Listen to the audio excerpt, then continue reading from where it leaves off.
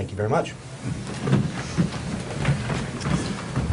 So as I said, we had started this meeting a little bit ago in the council, I guess, City Hall conference room to do, we had an executive session, and then we had a work session for the council to go over our value statements and work on our goal setting that we're trying to get completed. So we're just picking up from where we left off there. So before we get into communications, I'd like to acknowledge we've got a scout troop here in our midst, and did we designate a speaker or two to come to the front table there?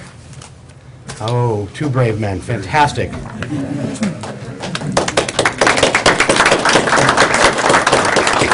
So if you would tell us your names, what troop you're from, and what brought you into our lovely chambers this evening.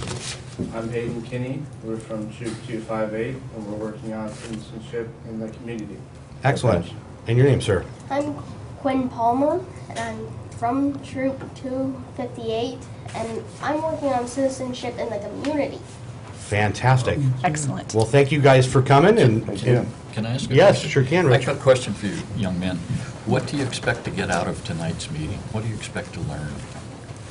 Just to know more about what's going on in our town, and just to be aware. Same with me. Thank you. Thank you very much. Well, Thank you. yeah, thank you guys for coming very much. We like it when they come. Thanks, you guys.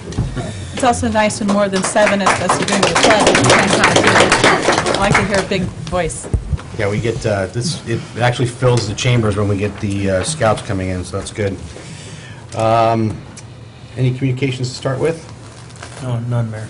All right. Our first opportunity for citizen input and community announcements. So, if there's any non-agenda items that you want to address the council on, please, now is your opportunity to come forward and do so.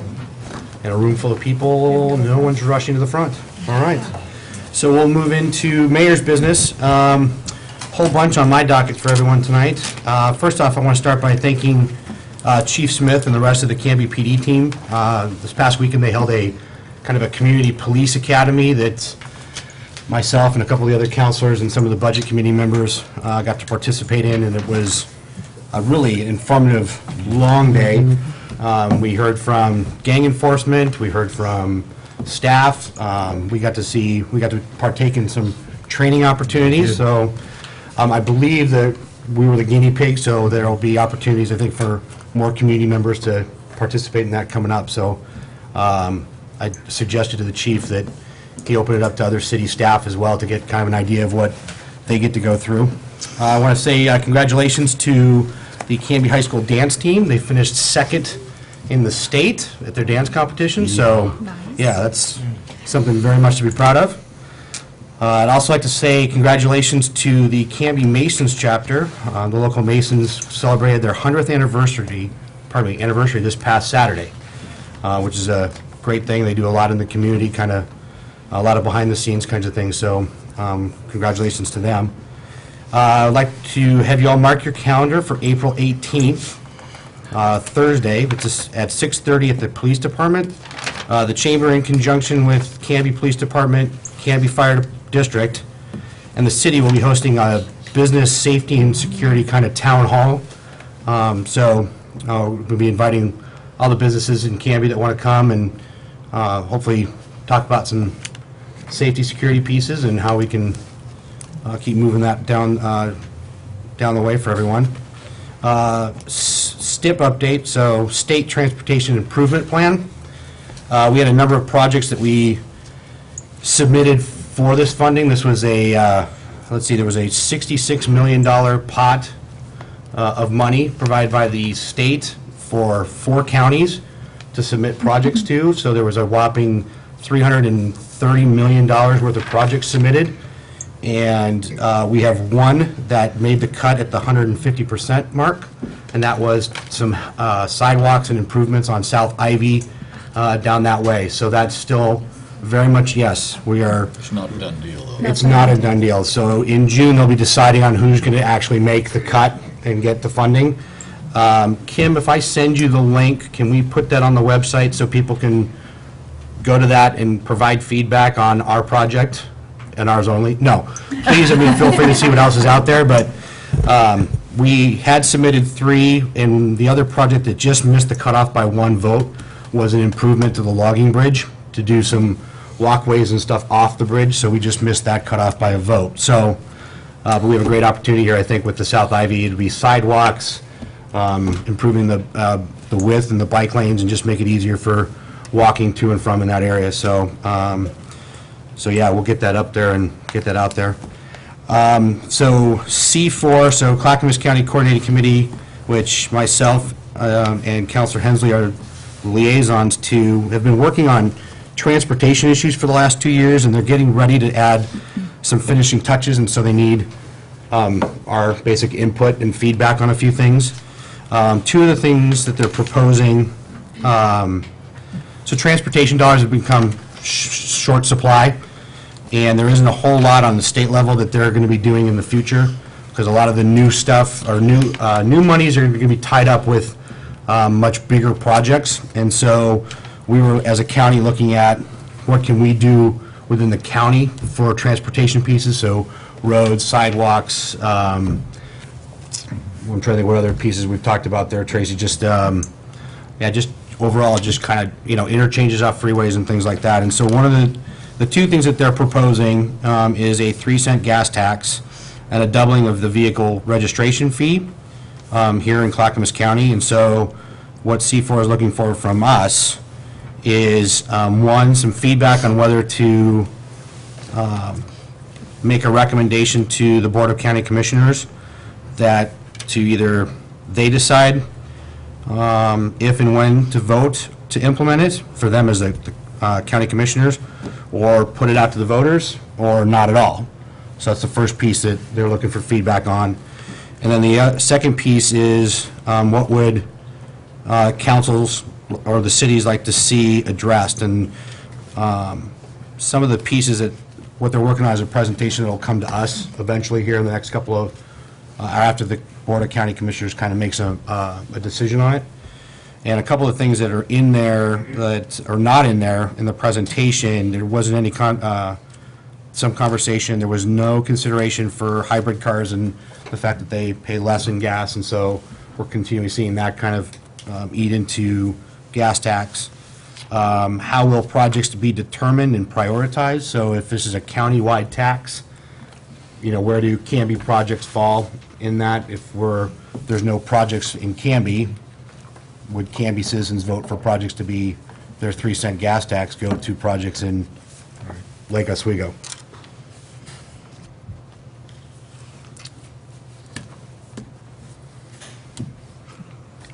Sorry. No, that's okay. Let me finish this thought, and I'll address that, I think, maybe.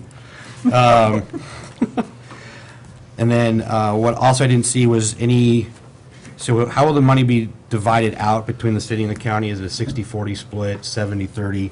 And then what is the county's skin in the game? What are they going to decrease in their budget and move towards transportation to kind of bolster the pieces? Is there, so those are, and then last thing they would want to know finally is, you know, would voters support or not support it, and why? So put it to you guys for any thoughts, suggestions, comments initially.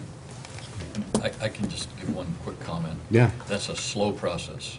The first year I was on the council, so 3+ years ago, Greg and I attended a meeting and we heard the same thing, and they've moved no farther toward a resolution on that question of split and contributions and priorities. So take your sleeping bag. Great. Well, considering we've been talking about it for 2 years and have gotten to this point, I'm pleasantly surprised at that. We'll see how, if and, you know, what the tolerance is. Any other? We'll probably Thoughts? chew on it and get back to you. All right. I'll come back and ask you guys at the April meeting. Kim, your card slip here to me about, There were a couple of comments. I did see that, and they are both regarding the, Right, we're going to have them come up during citizen input. okay. Then I will backtrack here for a moment. Thank you, Kim. So the 2 people that I talked to, in the crowd. We're going to, if you'd like to, we'll go ladies first. So Mary, is it Rosenblum? Yes. If you'd like to come up and address the council about Sure. your issue there. Yes, I'm just here to talk a little bit about the visioning program. I live over at Dietz Air Park. I'm also the coming president for the Oregon Pilots Association. And so we were looking at the various people over there. We're looking at the proposed, it's the industrial park, the Pioneer Industrial Park, which will become our neighbor to the west. And we're actually quite happy to have an industrial park there. It is much better than residential. Industrial parks don't complain about noise nearly as much. That is a pretty active flying community. But the only concern, and I do want to say, I was very pleased that the planning department got back to me when I made comments on the comment form. They were very quick to follow up on that. Great job. The only thing that would concern us are tall structures. Cell phone towers, very tall antennas. It's very unlikely you're going to have tall smokestacks because we do have, that is an area where people begin to descend for landing. They come in at a 45-degree angle for the downwind.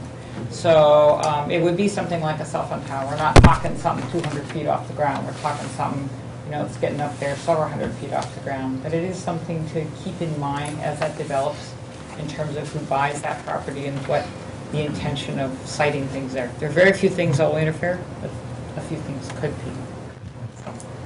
But thanks. We would like to be in touch with us if we could. Absolutely. Thank you, Mary. And Mr. Scott is Bronner. Bronner, yeah. Can I sit down and do it? That's fun. 3 minutes, right? Yep. Is there a chance that you could scroll your slideshow to the last page of the visioning program? The planning might help a little bit. Okay.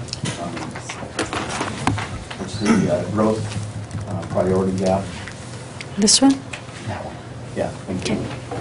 So, my family lives on Blount Road, which under this proposal would be incorporated into the light industrial area. And I'm the fourth generation that's living on the land there. And we really appreciate Greg Ellis, the city manager. He came out and spoke to the community. We had a great meeting with him. Spent some time asking questions about what was going to happen. And the area actually shrunk away from the wetland that's just to the east of us. What concerns me the most, looking at the map and living out there, is really this area is farmland. We're never going to get it back. Once we pave over it and put concrete typical buildings, it's kind of gone forever.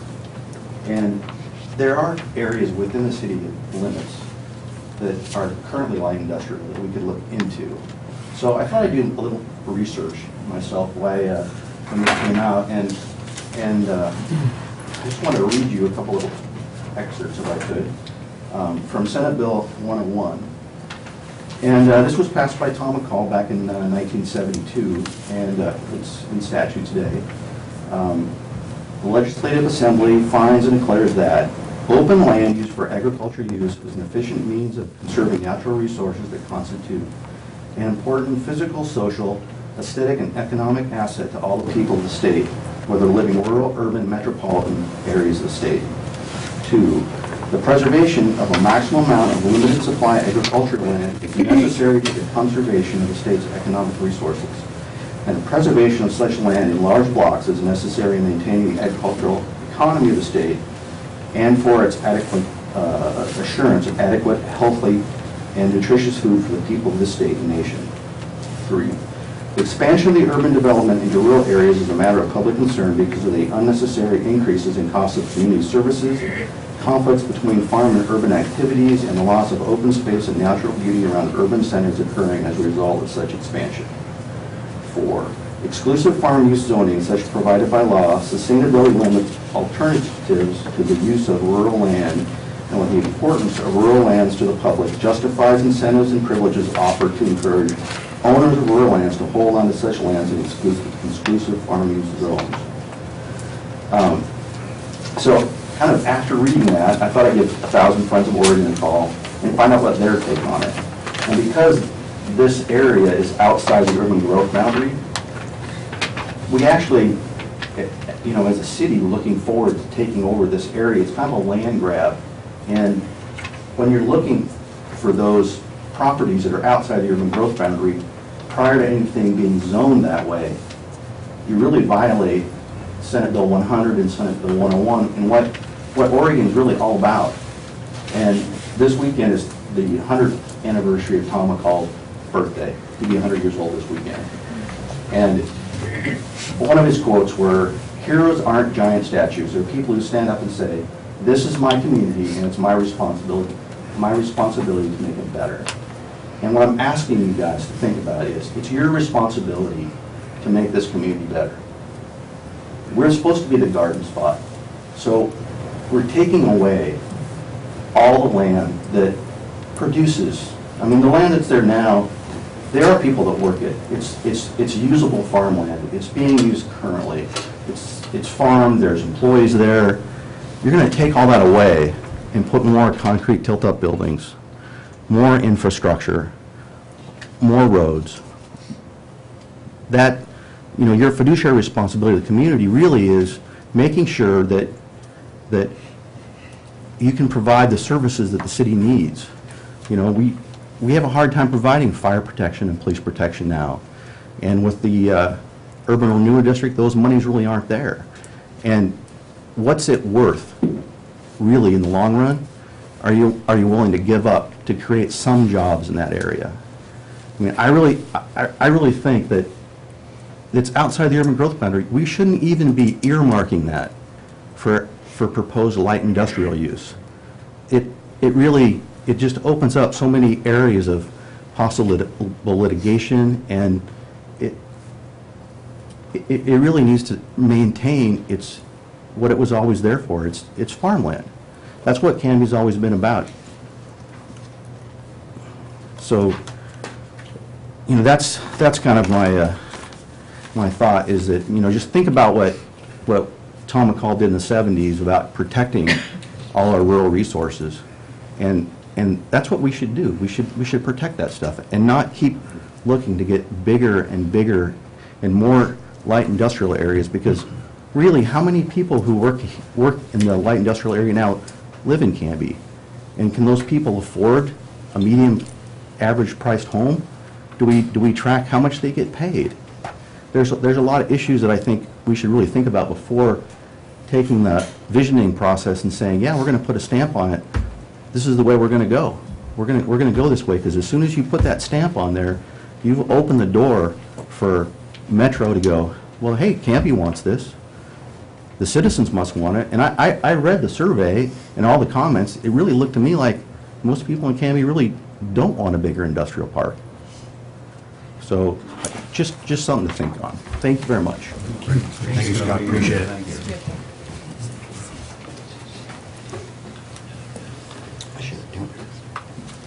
Thank you, Kim. Sorry about that. Thought maybe there's another yellow card coming up. All right. We'll move into councilor comments and liaison reports, and we'll start with Councilor Harris. Thank you, Mr. Mayor. Last night I attended the Parks and Recreation Advisory Board meeting, their monthly meeting, and we got some updates on a couple of items that are of interest in the community. First of all, the dog park update the word is we're getting close on the train going by. We're getting close on establishing the dog park. It will be located out on Territorial Road, the intersection of Pine Street, basically on the open land that we have, about 80 acres out there. It will be located where there's currently a White House on it, an old house. There was some interest of someone trying to move that or salvage that, and after they analyzed the house, it was not salvageable or usable. However, the old barn and outbuildings that were there, an architectural salvage company deconstructed them to salvage the old timbers and siding. So they'll be finding a new home. The white house that's there that will be eventually demolished, but it will be used first for some police training. They're going to use it for SWAT team training or something. whatever police do for training in an old house. So for those that live out there, that would be out toward Willow Creek and the apartments at Pine and Territorial, you might see some interesting things going on. It will be probably more than just Canby Police. It will be whenever they have an opportunity to use a building for training, it would probably involve Sheriff Department and other cities around town. So don't panic, yeah. If they're like the fire department, they'll probably put some signs up that they're having training going on. Yeah. The tentative timetable is the budget and plans will be finished within the next 8 days or so, and that there's hopeful that the park will be finished by summer and will be open for the public. It appears that it will be about 3 acres in size for active dogs and about a ½ acre park for small dogs, timid dogs as they call them. So that's something that the community's been talking about for some time, and we're getting very close to getting that implemented. The second update is on the North Woods Park, and that's out in the North Woods subdivision on the northwest corner of town, near Territorial and Birch, east of Birch Street. And that's a park that's been there for some time, but it's just been grass. It's a small park, kind of a neighborhood park, and they've been trying to get a plan in place for that for some time, and they're very close. The final edits to the plan are being done now, and the bid documents will go out soon, and what the bid documents are for children's, small children's play facilities, and some amenities for the neighborhood. This is not a park like Maple Street Park or Legacy Park where there'd be ballparks and stuff. It's just a quiet neighborhood type park, but that's close. And our past councilman Daniels, that was one of his pet projects to make sure that got done, and I assured him it would be done a year ago, and because of budgetary issues it didn't get done. The amenities came in much more expensive than what the parks could afford, so it's being worked on. It will soon come about. And those were the important things that came up last night and were discussed. So, Thank you, sir. Councilor Mosley. Thank you, Mr. Mayor. In addition to accompanying you to the C4 Clackamas County Coordinating Committee meeting, I attended the Ford Family Foundation's Effective Organizations Workshop. So we've been doing some ongoing training with the Ford Family Foundation, and that's been a very helpful workshop in how we talked about budgeting pieces and branding and that kind of thing, and little SMART goals and stuff. So it's been kind of that baseline for what we're going to work on. And the next workshop come next month, so I'm looking forward to that. On the Main Street front, today attended the Main Street Design Committee meeting. I was meeting of one. What happened to you, Councilor? Okay, I'll update you later. It really wasn't that much. We were talking about the, since it was just Amy and I, we just kind of ran through what we did at the last meeting that I wasn't able to go to, so, which you updated us on last time. But I do want to talk about the Promotions Committee for the Main Street. If you haven't seen this Red Dahlia flyer around town yet, you will soon see it. It is for the Canby's first annual Garden Spot Run, taking place on Saturday, May 4th. It's got 10K and 5K run and walk, something for everyone, because there'll be a kiddie run and a doggy dash. And you may go to www.gardenspotrun.com for more information and registration opportunities. And that's what I have this time. Thank you. Mr. Mayor, I too, Tracy and I and a number of students in the audience are graduates of the Ford Family Foundation leadership class, and I with Tracy was in the Effective Organizations class. Also, since we last got together, I attended the Canby Rodeo Annual Coronation Dinner and Auction held at the Fairgrounds Main Pavilion. This is a terrific annual event, and I strongly encourage everyone to attend the fair and rodeo. It's a great part of our community. I too attended the Canby Citizens Police Academy this past Saturday. It was from 7 a.m. to 5:30 p.m., put together by our police chief, Brett Smith. We got an inside look at the operation from the inside out. We got to meet some of the chief's team leaders and their areas of expertise. We got to see a variety of scenarios that police officers are faced with every day and getting to see the tough choices they often have to make. I'm extremely proud of our Canby Police Department and our chief. They're a fine, highly trained group, and I highly recommend everyone that has an opportunity to participate in that class to do so. That's all I have. Thank you, sir. Mr. Mayor, likewise, I attended the Citizens Police Academy, and not to restate what my fellow councilors have already said, I came away with a very deep appreciation for how incredibly professional and caring our police staff is, both the sworn officers and the administrative staff. Just an excellent, excellent group of people serving our city. The other thing I came away with was the intensity and depth of training that these men and women go through constantly in order to keep themselves and ourselves safe. It was a real eye-opener, the investment that we put into training our officers. And it would take too much time to describe it, but very realistic, very scary scenarios that they train on. They put us through some of them, and it was an eye-opener. So my appreciation and deep thanks to Canby Police Department and Chief Smith for that opportunity. On the Canby utility front, if you're an engineer, if you're a nerd like me, this is huge news.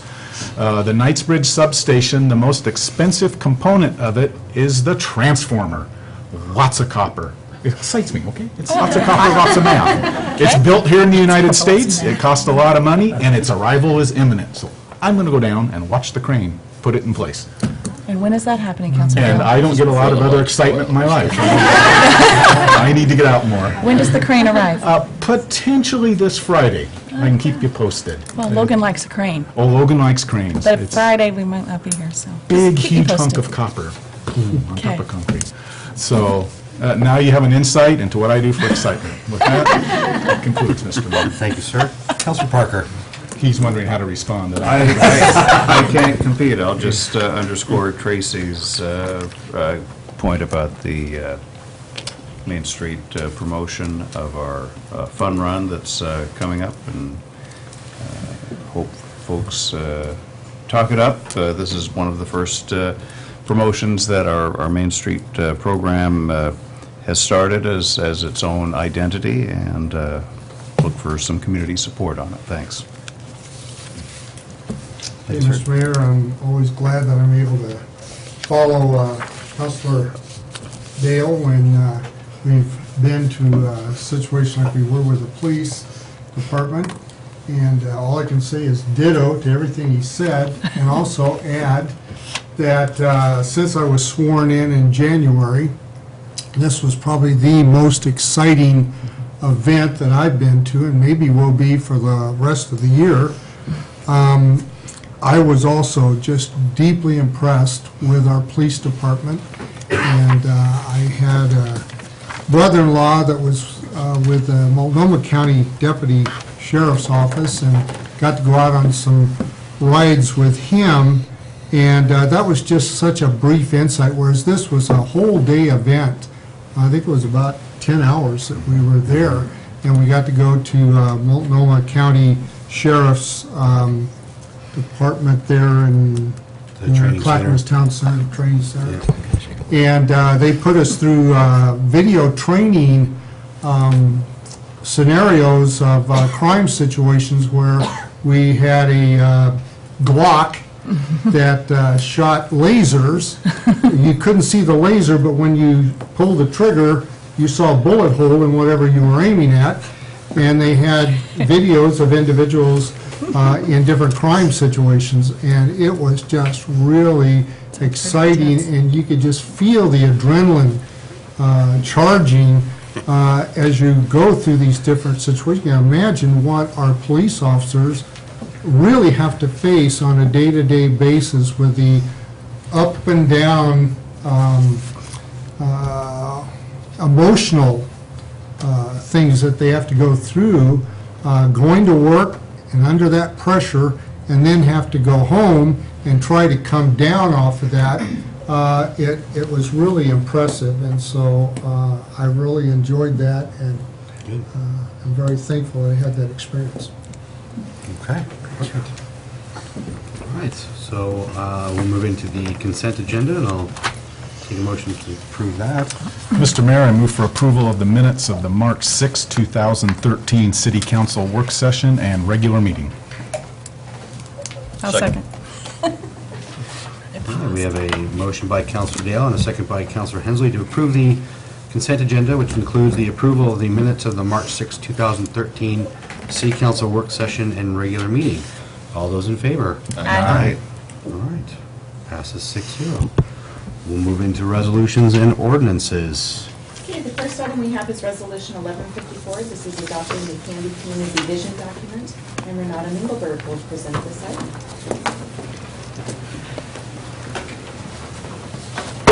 Actually, that's not quite true. We have quite a team here to go through it, kicked off by our city administrator, Greg Ellis. Thank you.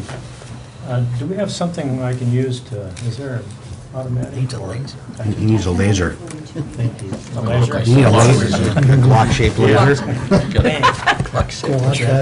Don't aim it at me. Well, before we get started, you're going to hear this theme, I think, a lot through the night. I want to thank the facilitators especially. We've got Mr. Olson that's here, Tom Olson, we've got Mary Kerr, Elaine Johnson, Susan Myers, and Stephanie Murphy. And they did a great job. I think those of you who went to the visioning saw what a great job they did to facilitate those meetings. And I want to point out that, except for Tom, those 4 people were also in the Ford Leadership Program.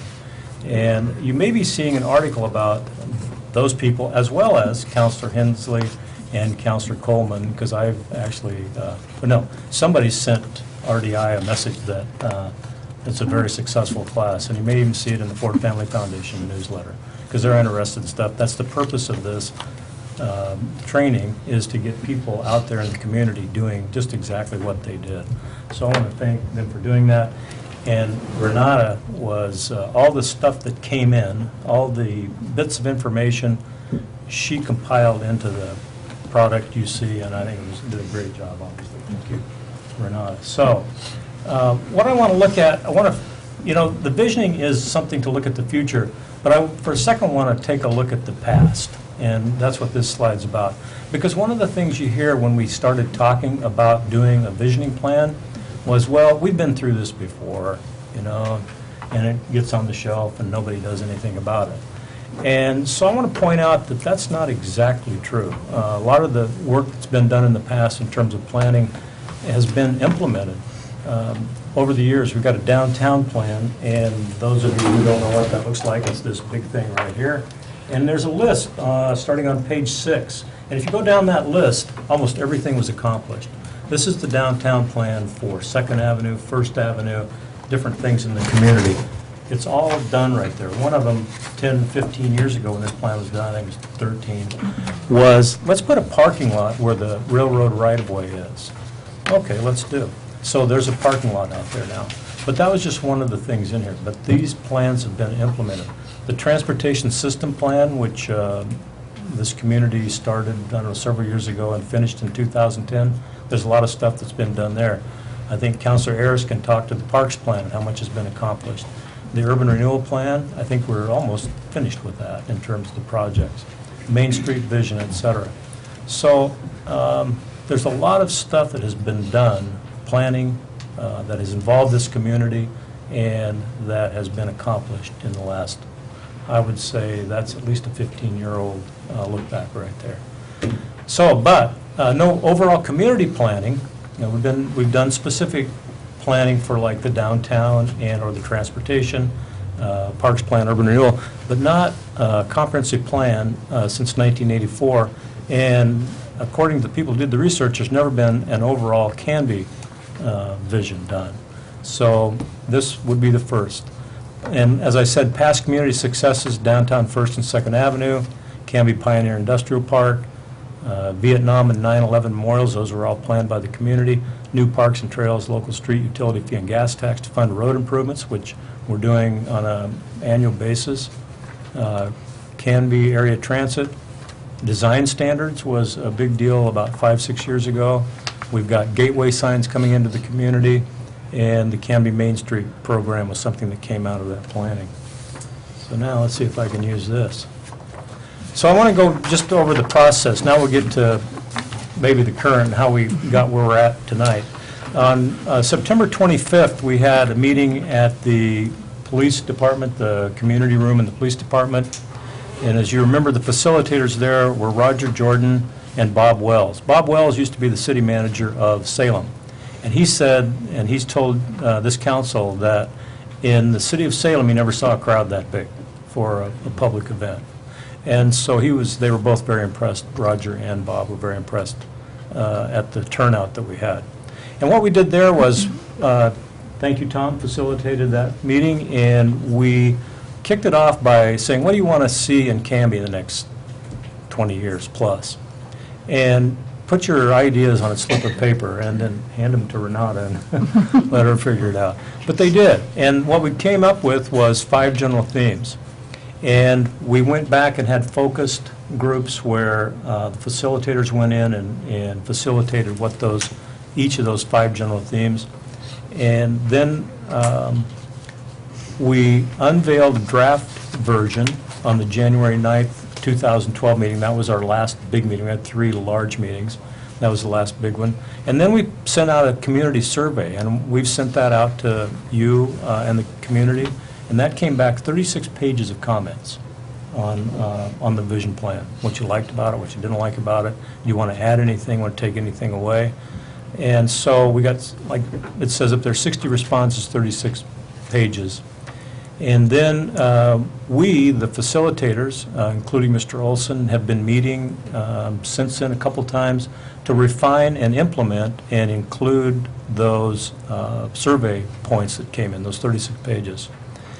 So that leads us up to tonight, and all the documents over that period of time since September 25th have been available on the city website for anybody who wanted to comment. We've gotten a lot of comments.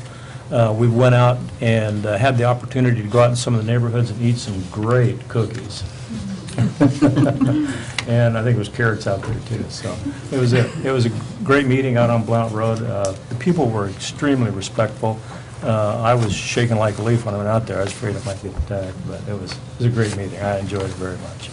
So with that, I'd like to ask Mr. Olson to maybe come up and talk about the process and go from there. And would you like this? I'll do it. Oh, thank you. Well, thank you. The last half of my career I spent as a professional before I retired working with community groups to help develop plans for the future, visions and plans. And so I've got some experience base to examine the Canby experience. And I think there were some powerful strengths. They were around the things I usually worried about when we would start an effort to engage citizens in planning for the future. The first is, how do you sustain citizens being involved over time? People are often willing to come together for one meeting, and then the participation drops off. Rough calculation, and I'm sure it's conservative, 800 citizen volunteer hours have been devoted to this effort that results in what you see tonight. People sustained their participation, 100 people in the first meeting, a bunch of subgroup meetings between then the final meeting, which had about 80 people participating. That is highly unusual. Trust me, that is highly unusual. And also, what often happens in events like this are that people are willing to talk about general vision, but never get to suggestions of action steps. As you have seen, the recommended plans has some very serious theories about action steps. Also, you will hear from the 4 great group facilitators tonight about some major themes that rose to the top and can provide you with a sense of future direction. And finally, engaging the community, truly engaging them and being willing to talk about problem spots where they don't agree, and doing that in a civil manner. And again, the citizens who have participated in this did that just in an excellent way. But they did that in an excellent way because you had 4 facilitators who did just, I have never had the opportunity to work along with 4 other such skillful facilitators. Those 4 facilitators you're going to be hearing from now. The facilitator who handled the community focus group was Delane Johnson. Facilitator who handled Parks and Recreation, Stephanie Murphy. Facilitator who handled the Transportation and Public Safety group, Mary Kerr. And the facilitator who handled the Growth and Economic Development group, Susan Murphy. I'm sorry. Myers. Susan Meiser. Susan Myers. Those 4 areas are in no priority order. In fact, the people in the audience who participated saw there were so many overlapping issues, but those were kind of the big buckets of work that people decided we needed to engage in to produce the plans that will be presented to you tonight. So why don't I ask Delane Johnson to talk about the first group, which is the group that focused on sense of community.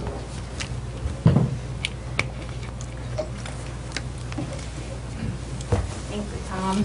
Good evening, counselors and community members.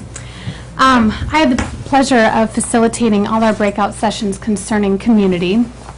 And based on community feedback from these sessions, there were 4 separate topics that were strong areas of concern for everybody.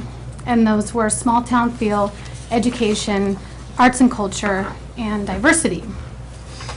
And after many lengthy discussions on identifying current assets and gaps under each of these topics, finding things that were missing and things that we had, we were able to really develop strong aspiration statements under each of these topics. And those are the aspirations that we came up with for the 4 topics. So what does that mean? You'll see this evening, as Tom mentioned, that there's going to be some overlapping between our 4 areas, and specifically in mine and community, there was an overlying theme that was echoed throughout our meetings, and that was better communication. And if you read these kind of all are sounding better communication, excuse me. Now this means something a little different for each of the topics and even each of my subcategories. And I'll go into detail because it's such a broad thing to say, well, better communication. So what does that mean? So for small town feel, some ideas that came about from that was to support the businesses that we have now. And how do we do that? Some ideas that came from that were to possibly survey the businesses and ask them, what do you currently need and how can we support you? Possibly having the Canberra Herald do a monthly or weekly spotlight on a local business. Promotion of existing events. Now you'll see this specific idea. It's going to echo throughout my presentation, but having a catch-all place, one website where everything is listed, all events, tournaments, First Friday type things, all in one space so the community can go there and find everything that they need. And lastly, I could talk endlessly about this, but the last thing I'll mention under small town was better connectivity with neighborhoods. Possibly a website where all neighborhood associations have their officers listed so they can really connect and support each other, and we can be better connected. So you can see this is all, again, revolving around better communication. For arts and culture, the aspiration was to increase and promote art and events that can build community cohesiveness and attract tourism to Canby. As I mentioned in the small town feel, the idea came up here as well to have, again, a website that lists all our current events that are happening in Canby.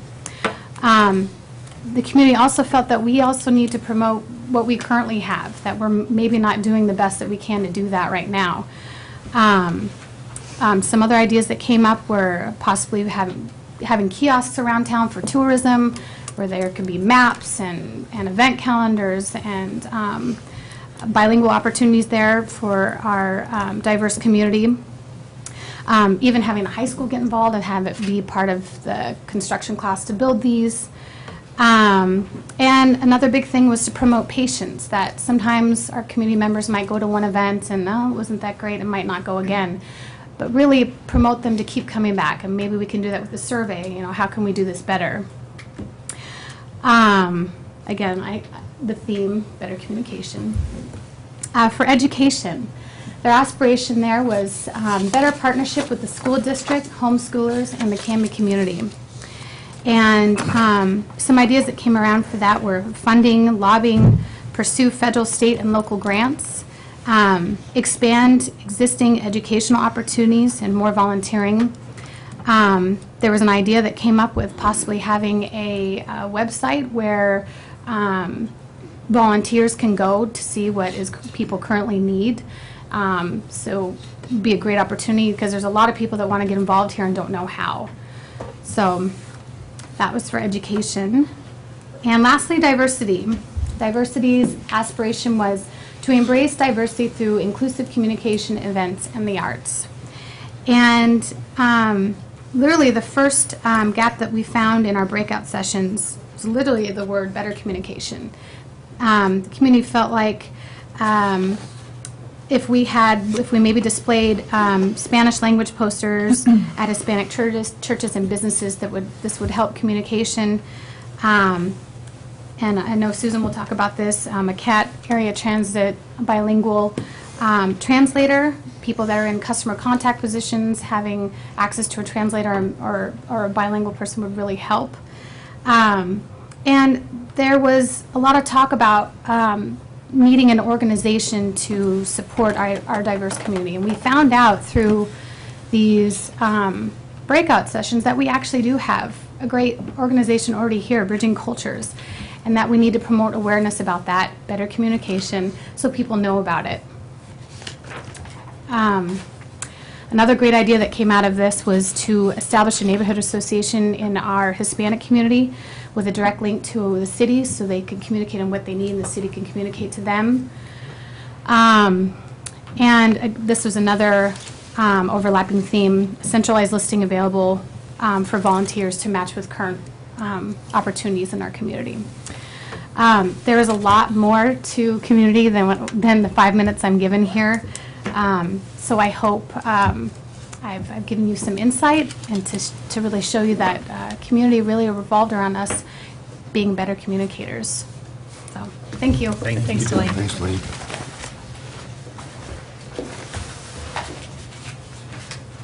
And Stephanie, I think, is going to talk about Parks and Recreation. Right, Stephanie?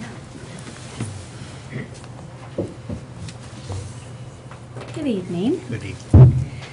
I had the pleasure to facilitate the Parks and Rec aspirations, which included developing multi-purpose trails and completing the Emerald Necklace, upgrading parks, focusing on the river access, and a recreational complex. You can turn to the next slide. So under the trails and the Emerald Necklace, during this entire process, the biggest thing that came out was the recognition of the master plans. A great majority of the community, including myself, didn't know much about the master plans, but we have a lot of upgrading and developing of trails and completing the Emerald Necklace on those plans. And so when funding becomes available, we will start including those as much as we can and implementing those master plans. Another thing that the community showed a great interest in was the logging road trail improvements. Some things that were suggested included the lighting, additional lighting and signs, as well as possible benches, potential landscaping, and maybe some water fountains or offering of water of some degree. We also had several responses on the survey that were directed towards the missing sidewalk areas. And that will, of course, be discussed in greater detail under transportation and public safety aspirations, but that was a large part of the survey, if you had a chance to look at it, was focused on sidewalks. And we had an action step that was discussed Here as well, that was connecting or developing an Oregon City to Canby riverfront bike path, if and when feasible. The community kind of was divided with this, as you see in the survey, but there are some discussions floating around, and so if that's feasible and when that is feasible, that is something that we can look into further. As far as the upgrading parks aspiration, there were two major themes in this aspiration. The first one pertained to parks maintenance and funding. Some of them included supporting a tax measure or creating a monthly or household or user fees, creating specific cleanup days, and keeping the community involved for specific projects throughout the year. And then the second main focus was developing a plan for water features and other amenities at parks, and possibly creating an indoor play area to keep our community local instead of going to Wilsonville for the water features or Playdate PDX, for example, for an indoor play area. So that was a large thing. So the focus on that was, first we need to develop a plan for that. And we also discussed the re-energizing of Caprid and the possibility of local camping facilities. And as far as funding and river access, we focused on funding options in order to acquire, develop, and connect riverfront access for public recreation, and the increase of and improvements to river access for pedestrians and for boats and kayaks and canoes. Again, keeping that local as best we can, so as to draw on tourism or to keep our community here instead of going elsewhere for those. As far as the recreational complex, we came across the idea that more study is needed in order to follow up with this. We would have to look into an umbrella organization, look into the development and the role of Caprid in this, also focus on the funding and possible partnerships throughout the community, and location and other amenities, specifically pool size and things like that. So I think that's it. Stephanie, you used the acronym CAPRID a couple times. Some people may not know what CAPRID is. Can you tell us what that is? I believe it's the Canby Area Parks and Rec District. That's right. And Matilda, of course, has helped with this process. Matilda Diaz, a great amount, and so I'm very thankful for her to help me with this, because I'm somewhat new to the community and I'm not well aware of that. But they are the Parks District. They are the ones who have helped develop the master plan, and I'm sure, Counselor, that you know a little bit more about it than I do. Well, it was a parks district that was larger than the city of Canby, and it was basically a district, is basically a district that is the boundaries of the school district without Charbonneau, because Charbonneau's in the school district. And its vision was to develop recreational facilities in this region over time. It was formed by the voters, but unfortunately never got funded. So there's no money there now, and so the discussions in this vision process was, is that a vehicle that maybe you can change the boundaries, make it different where you get more support, or somehow revitalize it to where it can do recreation, because some of these things, for instance, the river access kind of things, a lot of that's outside the city limits. A lot of the potential is outside the city limits. For instance, the Molalla River State Park, get the state to help enhance that maybe, but that's not in the city limits. So that's why the discussion is trying to get the CAPRID active and help. Thank you. Thank you. Thank you. Mary Kerr is going to talk about transportation and public safety. The work of that group. Council members and community members, glad to be here tonight. This has been an interesting process from the beginning to take all of that information that was put forward to us, try and sort it out into clusters of themes and ideas, and to see what percolates to the top from it. As you heard, I worked with the transportation and public safety focus groups, and it would be a mistake to not thank my co-facilitators, because most of us were at each other's meetings, and standing back to help however we could. So we have our area of specialty and then a broader knowledge about the whole process. The citizens of Canby who are present identified the following aspirations for transportation and public safety. Citizens and visitors in Canby should feel completely safe in their home, on foot, bicycle, or auto within and across all areas of the city. Canby will have a safe, attractive system of roads that are well maintained and support the efficient movement of people, goods, and services. The aspiration for a railroad system was to develop a railroad system that works for the community. And finally, where public transportation was concerned, it was to have a public transportation system that is reliable, frequent, flexible, cost-effective, and meets the needs of the community.